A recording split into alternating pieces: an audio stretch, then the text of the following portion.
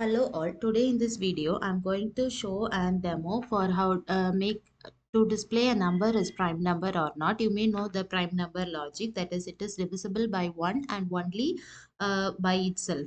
So for that, I'm declaring loops in that if numbers, that is, we are declaring num as 17. So if it is greater than 1 means it will enter into another loop. In that, they will check a range like within 2 and int of num divided by 2 plus 1. Then after that, if it is satisfies means it will enter to another loop, and if it is not to equal to 0 means it is an prime number, and if else means it's not an prime number, and if else means it's a prime number. So this is the result of this output. So here we have declared the number as 17.